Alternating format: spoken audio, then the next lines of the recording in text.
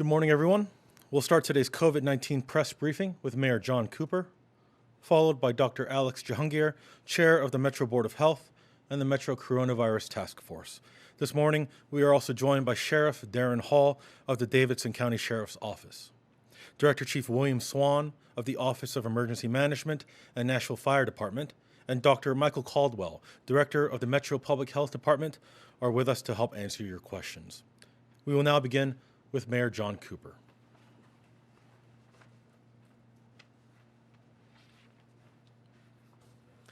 Good morning, Nashville. As I mentioned yesterday morning, the Metro Coronavirus Task Force is working on a data-driven economic reopening schedule in close cooperation with the state, local business leaders, and public health experts. As a reminder, the latest COVID-19 data that the Metro Public Health Department has received indicates that Nashville could enter Phase 1 of our economic reopening in the first part of May if we as a community achieve the following requirements. A rate of transmission of less than 1, meaning each individual does not infect more than one other person in Davidson County. A 14-day downward trend in new cases of COVID-19. Adequate testing and PPE capacity for our region, and a robust public health infrastructure to conduct contact tracing through investigations throughout our community. These objective public health targets are part of our strategy to get Nashville back to work in a safe manner, while also ensuring our local healthcare providers do not become overloaded in the event of a spike in cases. We look forward to presenting details of our phased economic reopening plan with you tomorrow. But remember, we must work together to keep the number of coronavirus cases down throughout Davidson County, lift the safer at home order, and begin returning to business as normal. So I urge everyone to continue remaining at home whenever possible. Only leave your homes to run essential errands. Wear face coverings when social distancing measures are difficult to maintain. Now, as we heard from Metro epidemiologist Leslie Waller yesterday morning, we are carefully monitoring COVID-19 patterns in our community and partnering with the Tennessee Immigrant and Refugee Rights Coalition as part of our response. We're grateful for TURC's partnership with the Public Health Department and their leadership, especially in the Southeast Nashville community, where we are working together to address a large number of confirmed cases. Another critical part of disease investigation is the gathering of COVID-19 race and ethnicity data. This data helps us better understand how the virus is affecting our community and how we are responding to it. And Dr. Alex Jahangir will share more details about this data shortly. As a reminder, if you suspect that you may have COVID-19 and are worried about the virus or simply have questions, do not hesitate to call the Metro COVID-19 hotline at 615-862-7777, which is open 7 days a week from 7 a.m. until 7 p.m. Now, during the call, you may be directed to one of our community assessment centers, which are open Monday, Wednesday, and Friday from 9 a.m. to 3 p.m. for further assessment and testing. All services, including the COVID-19 testing throughout the community assessment system, is free to all Nashvillians. Now, this morning, I want to welcome Sheriff Darren Hall of the Davidson County Sheriff's Office, who's joined us to provide a COVID-19 update regarding the DCSO system. I'm grateful for Sheriff Hall's leadership during this challenging time and all the officers and employees of the DCSO who are in the front lines of Metro's COVID-19 response. To those Nashvillians who are in need of direct financial, food, mental health, and social service assistance, I urge you to visit the covid19.nashville.gov to learn how to obtain direct relief through the COVID-19 Response Fund. And to those who are able to contribute, please visit the website to donate to the Response Fund, which is providing much-needed assistance to our neighbors during this time. Now I'll turn it over to Dr. Alex Jahangir, Chair of the Metro Coronavirus Task Force.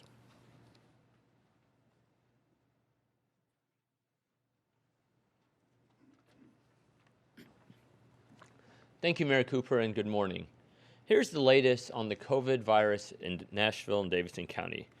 We have 1,962 confirmed cases, with a total of 22 fatalities.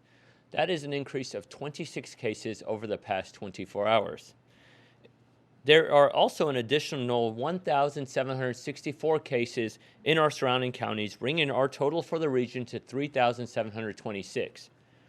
Of the Davidson County cases, 913 are currently active, and 1,027 residents have recovered from the virus and have been cleared. This morning, we have additional information to share. Of the Davidson County confirmed cases, 40% are white, 13% are Black or African American, 12% are multiracial or other, 5% are Asian, 6% are unknown, and 24% are pending. And of the 22 Nashvillians who have died, 10 are white, 9 are Black or African American, and 3 are listed as others. We will continue to update these numbers every day. Now, it is important for us to analyze and understand this information, as well as the heat map data we shared yesterday, as we continue to fight the coronavirus. It impacts those who are most medically vulnerable the hardest. And like other medical conditions, this virus is highlighting the impact of health disparities in our society. Minorities and those with limited access to health care are most seriously impacted disproportionately. As you can see, while Black Nashvillians make up 13% of the confirmed cases in Nashville, they comprise nearly half the deaths in our community. Next week, I will also report the breakdown by race of the individuals tested at our community assessment centers. We need to ensure that the Nashvillians who need a test are getting a test. And as Dr. Hildreth stated yesterday, the best way to make an invisible enemy visible is to test, test, and test. That's one reason we place the community assessment centers in the communities where people may not have easy access to health care. We have said from the beginning that we're all in this together, so it's vital that we have resources available to everyone. If any resident of Nashville believes that they have the virus or may have been exposed to the virus or are just worried, please seek medical attention, either with your local healthcare provider or through our community assessment system. As our mayor stated, please call our assessment hotline at 615-862-7777. It's open 7 days a week from 7 a.m. to 7 p.m. You will speak to a medical personnel who will answer your questions and give you guidance. And today, the community assessment centers are open until 3 p.m. The 3 locations are at Nissan Stadium, at Nissan Stadium, at the Kmart in Antioch, and at Meharry Medical College. So far, more than 1,400 people were assessed at the centers on Monday and last Friday. You can drive up or walk up, and there have been little to no wait, and there's no cost to you to get a test. Now, as the mayor stated yesterday, we talked about reopening our city and restarting our economy. Here's how it will work. We will make sure to use data and science to make our decisions. As I've said before, we are looking at transmission rates, the 14-day trend of new cases, contact tracing resources, testing capacity, PPE supply, and hospital capacity. These metrics will drive our decision on the timing to restart our economy. Along with the other major cities in the state, we'll continue to work on the specifics of how businesses and facilities will open up. It will happen in 4 phases. We took a measured approach in closing down, and we'll take a measured approach in opening up. We'll have more details tomorrow. For now, the most important you can do is to continue to do what you are doing. This is not over. We need to stay the course. Remain vigilant and fight the virus by staying at home, unless it's absolutely necessary. That way, we can get back to normal sooner, and we'll save lives. Thanks for your help and support. Together, we'll keep Nashville safe. I now would like to introduce Sheriff Darren Hall. Thank you.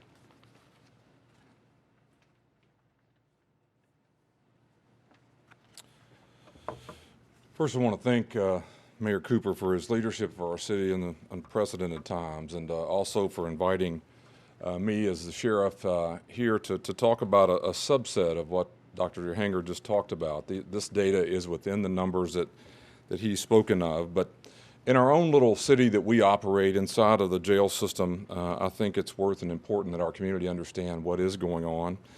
To date, we have 1,003 people who are incarcerated in our jail system. And of those 1,003 people, we have 119 of those in some form of medical restriction as a result of COVID. There are 3 categories within our system of that restriction. One may be those who had extreme exposure to a positive case inside of our jail system.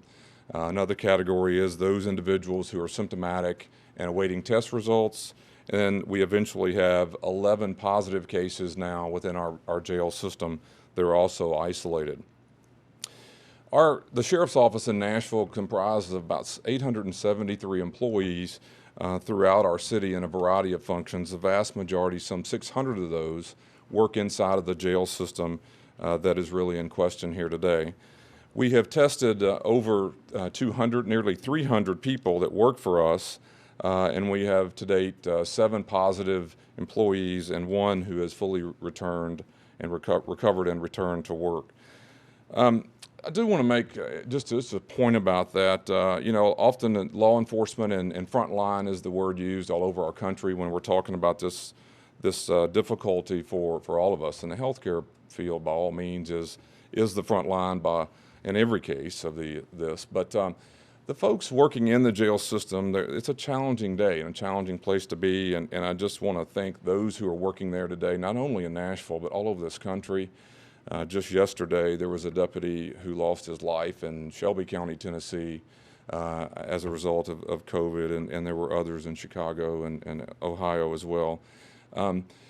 Chief Anderson and I have spoken of this, but the truth of the matter is once we arrest an individual in this community and put them in jail, the exposure risk is far greater on the employees now living and working inside of a jail system. So we just want to keep that in mind as we all go forward. Very proud of the men and women who chose this line of work and are doing extreme work in our system today.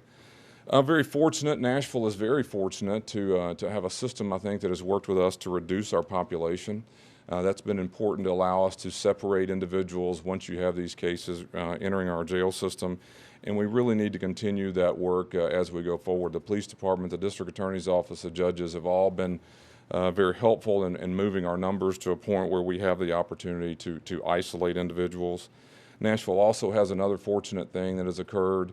Many of us have heard of our new facility we had planned to open later in May.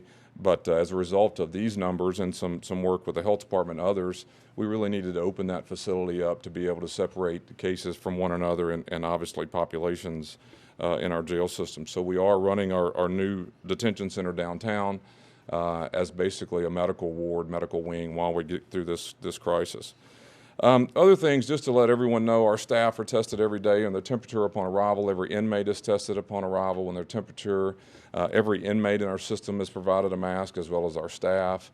We're living within, as best we can, the social distancing is almost impossible in a jail setting. But I'm very proud of the work that we're doing to try to minimize the risk to staff and inmates, who, by the way, every one of these individuals will return to our community. So it's very important that we gather the information and treat them well within our criminal justice system. So thank you for allowing me to be here today.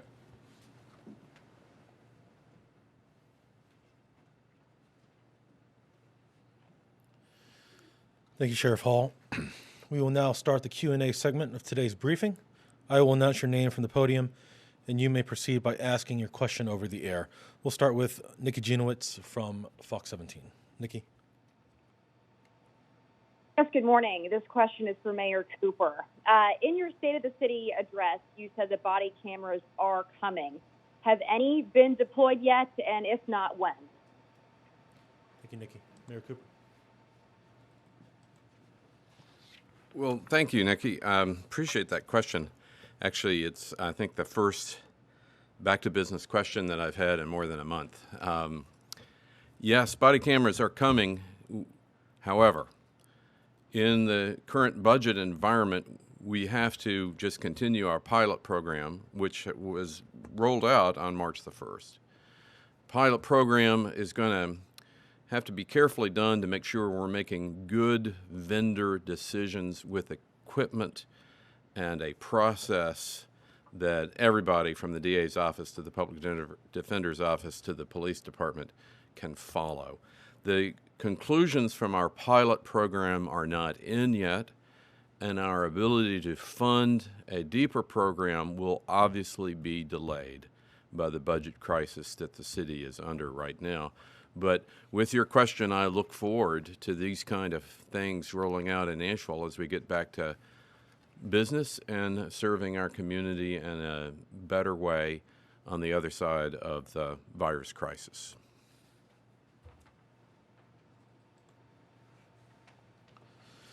Jeremy Finley, News 4. You're on the air, Jeremy. All right, thank you again, everybody, for taking our questions. I have a two-part question, one for Dr. Jahangir and the other for the mayor. Dr. Jahangir, the first question is, as these counties surrounding Nashville open, is there concern that there would be an uptick of COVID-19 cases, that there wouldn't be hospitals in those counties to handle the cases, and then those patients would end up in Nashville? And I'd like to know what the plan is for that scenario. And second, Mayor, I've wondered if this had also crossed your mind, and if you communicated that to the governor about patients from more rural counties, flooding Nashville hospitals in case there is an uptick. Thank you. Start with Dr. Jahangir. Yeah. Jeremy, thank you for your question. Again, and I've said this before, we're very fortunate to live in a city that has some amazing healthcare facilities. And that has always resulted in people from all over the state and other states to come to us for care. That won't change if we start seeing an increase in COVID cases, which that's why we want the data to drive us as we reopen, and as I would recommend that our surrounding counties follow our lead and follow the data to allow them to open themselves. Now, with that said, one of the metrics that we've entered in our system is hospital capacity and PPE. So we're going to keep a close eye on that. I've spoken just yesterday. I spoke with the CEOs of every health system in our city, and they've confirmed with me exactly what I just told you. I mean, they'll continue monitoring this. They'll want to take care of people. They each have their own surge capacity. And in addition to that, the state and the unified commanders still have a alternative care site planned for Nashville to allow for even an additional surge. So I hope we don't have to use any of that. I hope we will all follow the data and open up in an intelligent, data-driven way so that we can handle an increase in capacity. But if it's not done correctly, that's a concern. But our hospitals and we as the city here are very cognizant of that and are going to be a very stepwise fashion through that. Thank you.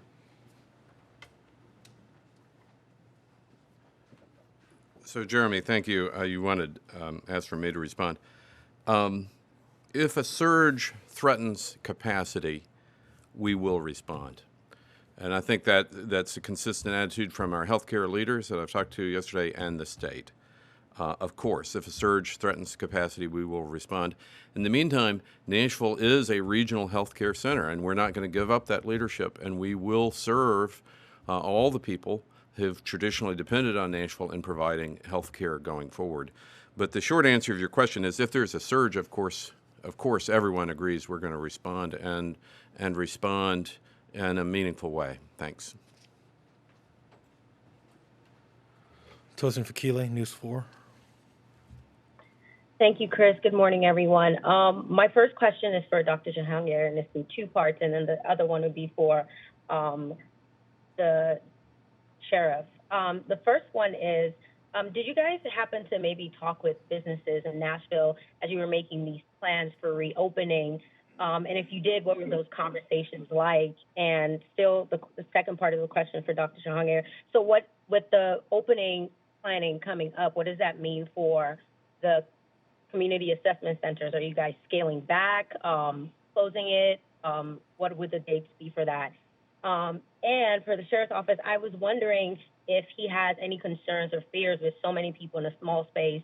Is he worried about more cases popping up? If he has any concerns about that. Thank you. Dr. Jahangir. Tosin, thank you for your questions.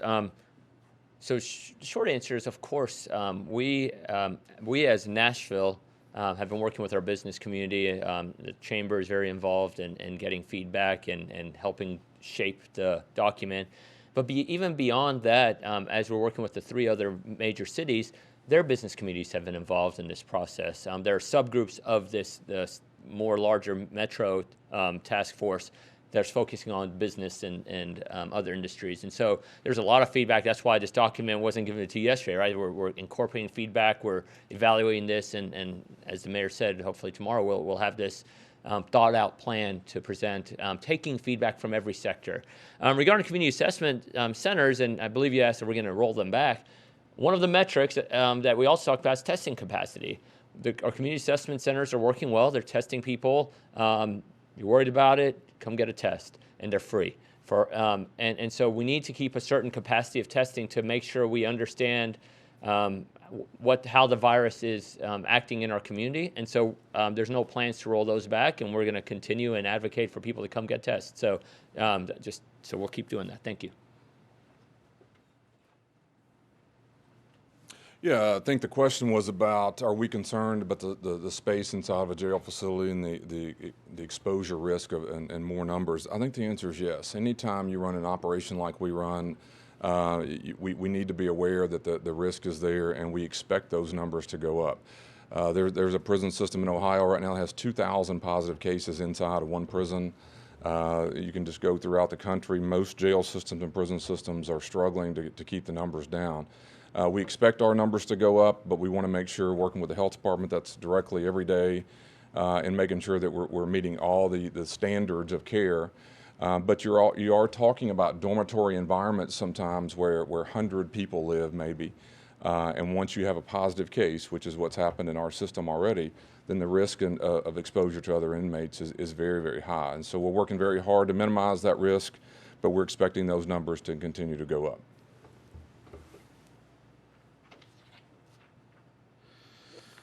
Nikki, you had a follow-up question?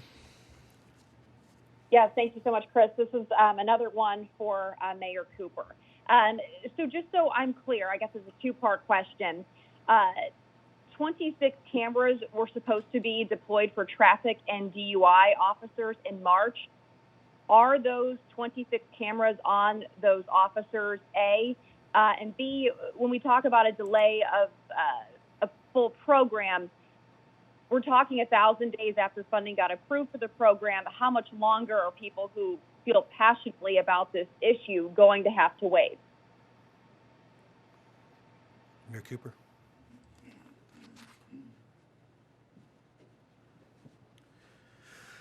I believe the pilot program is rolling out the 26 cameras, from which the pilot program is going to educate appropriate vendor decisions for a larger program and indicate accurately the costs of implementing the full program. Now, next Tuesday, we'll be having a more detailed budget message, but I don't think it'll be a surprise that the city, in the current COVID-19 crisis era, is not able to find the money to extend this particular program at this time. There are many worthy things that we're going to have to take a breath on as the community moves through to success on the other side of the crisis. The multi-$100 million hole in our budget still has to be filled, and all the worthy things that we would like to do to create a stronger city, or we're going to have to concentrate on being healthy first.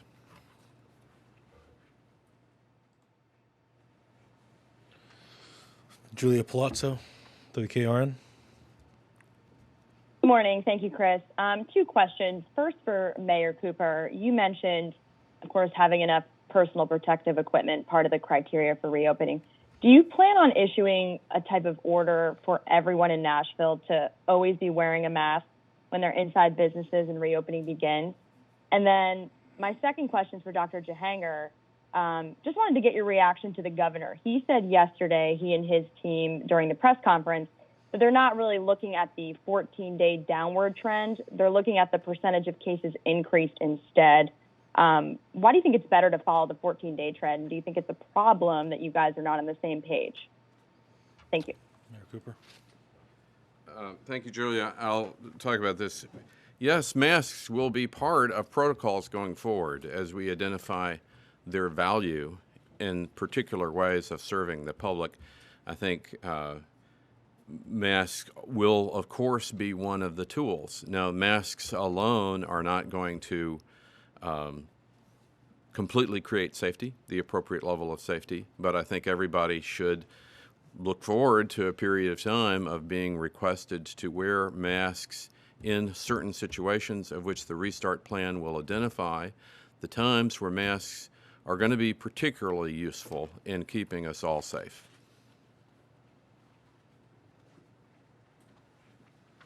And regarding your question, I think I didn't hear what the governor said or didn't say yesterday, but what I can tell you is the science shows that there's several metrics that show for having success. 14-day downward trend, doubling time, the transmission rate. There's many different metrics that one can look at to see how a definition of success or not against this virus. We're going to continue using the data and science to continue to determine the decisions that are made as a city. Thank you.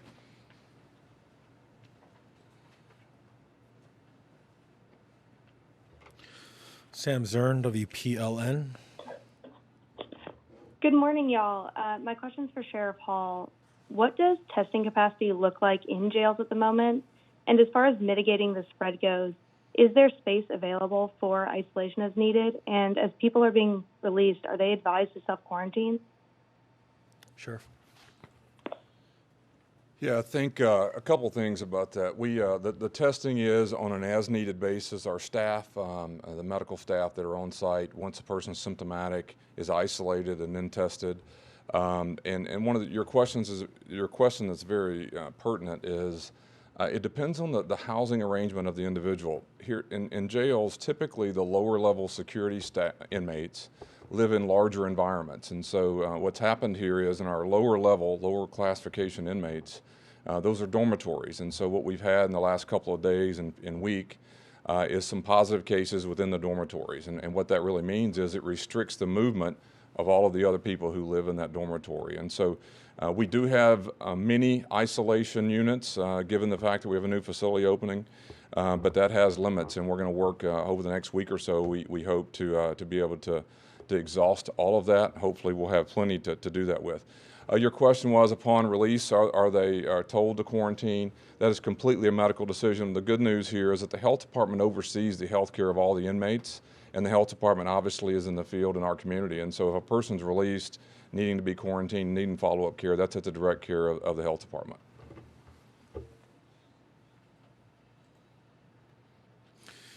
Nancy Amons. Thank you. I have another question for Sheriff Hall. I know some systems, prison systems, state prison systems have been under a lot of debate over whether they should be testing every inmate. Does he see a situation where he would be testing every inmate? And also a question for Dr. Jahangir. Why the decision to allow anyone who's worried to go ahead and get tested? Thank you. Start with Sheriff Hall. Yeah, thank you, Nancy, for that question. I think I have evolved in this, watching and learning. Of course, I'm not a healthcare expert at all, but I'm confident and comfortable with where we are as it relates to testing. Once there is a positive or symptomatic inmate in our system, we're immediately isolating them.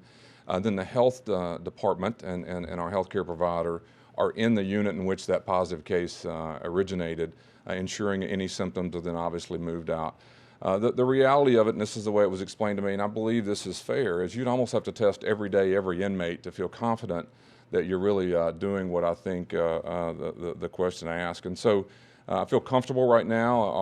Our worry is making sure we have enough space to isolate those cases that are positive, and the amount of testing that is being conducted, I believe, is adequate for where we are today.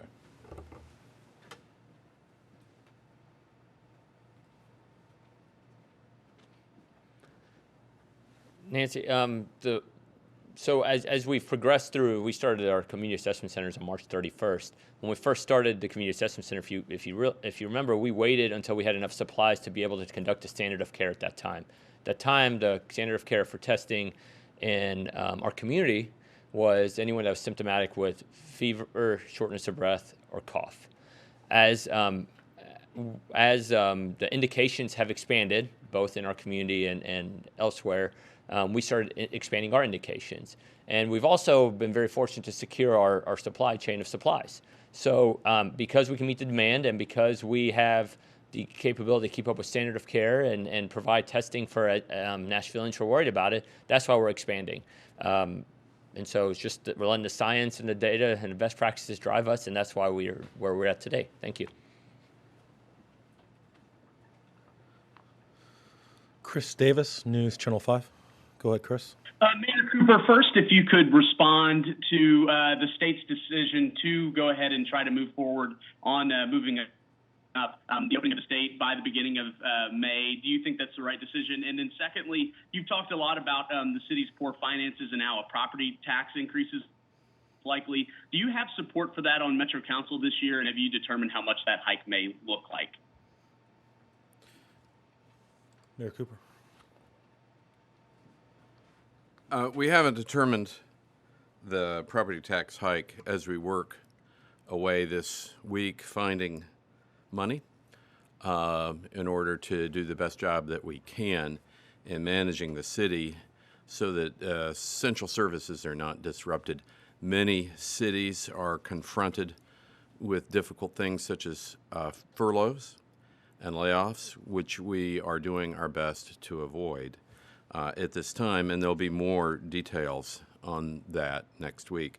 In terms of the background of the state's decision, I can't say. I think the state, as are we, extremely encouraged by the recent testing results, and that the ability to restart the economy is something that we are both looking forward to. We've not gotten to a date-specific number at this point because we're waiting for the data to come in, and then also to establish, to lay out for the different parts of our economy, good rules for keeping everybody safe. Safety is part of Nashville's image, and we need a safe reputation to be successful in the reopening of our hospitality, our healthcare, our schools, our university. And we have an obligation to get people back to work, but also all the employees safe. They don't need to take unnecessary risks in serving the public, and we also need to keep the public safe. That is a balance that has to be negotiated and can be done by a thoughtful application of good social distancing practice, one industry group at a time. And again, I think we're going to get to the point where we can actively talk about it. But for your viewers and everybody else, let's go back to the basics. You are making it possible to remove safer at home by your actions, by your commitment to social distancing, to lower the spread of the virus allows us to get back to work sooner. This is a report card, a little bit every day on how effective we are at social distancing. It's a very hard thing to do against a very difficult virus, but we are making progress right now. And if we can finish this out, and in the weeks ahead, I want to urge everybody in the days ahead to be extremely careful, and let's not blow our declining data trend line. Let's keep that going so that we can get all the way to the restart. It's never been more important than right now. Every positive case will delay the ability to restart. Our degree that we can follow social distancing is the degree that we can get back to work sooner. And also, let's be realistic, Chris. We're going to have to continue social distancing practices even after the economy is restarted. The virus is going to be with us for a long period of time. We have to learn how to do this safely, one job at a time, one customer interaction at a time, but we can do it. And we're happy to do it because we know that that's going to be tons better than the quarantine conditions that we've been under for the last week. So let's not blow our good work and finish the job. Thank you. Stephen Elliott. Hey, thank you. Thank you for sharing the mortality data. Do you have hospitalization data similarly broken down by race or ethnicity or primary language?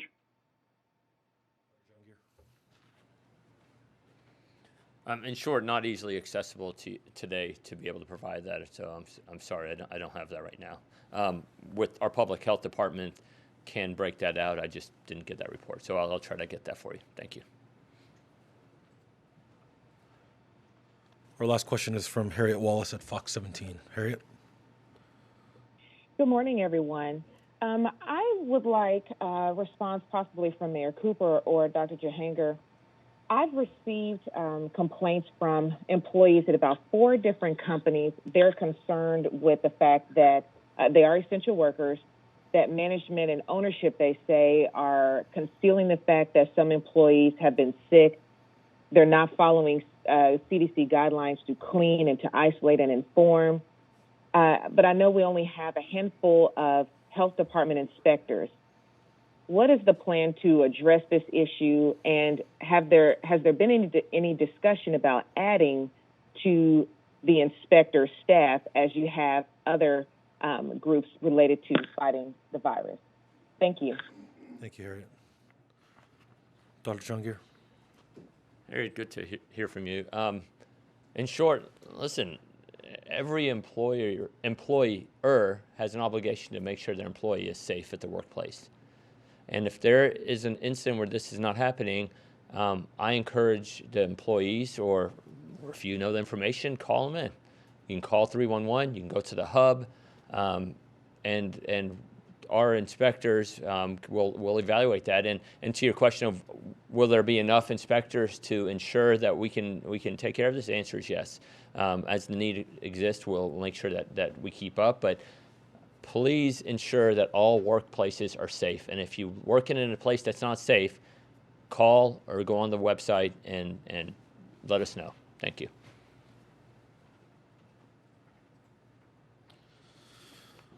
That's all the questions we have in the WebEx queue at this time. A recording of this press briefing will be made available later this afternoon. Thank you for joining us. This concludes today's Metro COVID-19 press briefing.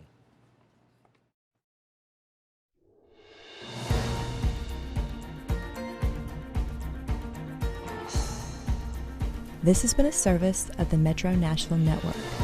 If you would like to see this presentation again, or for more information about this and other programs, visit nashville.org.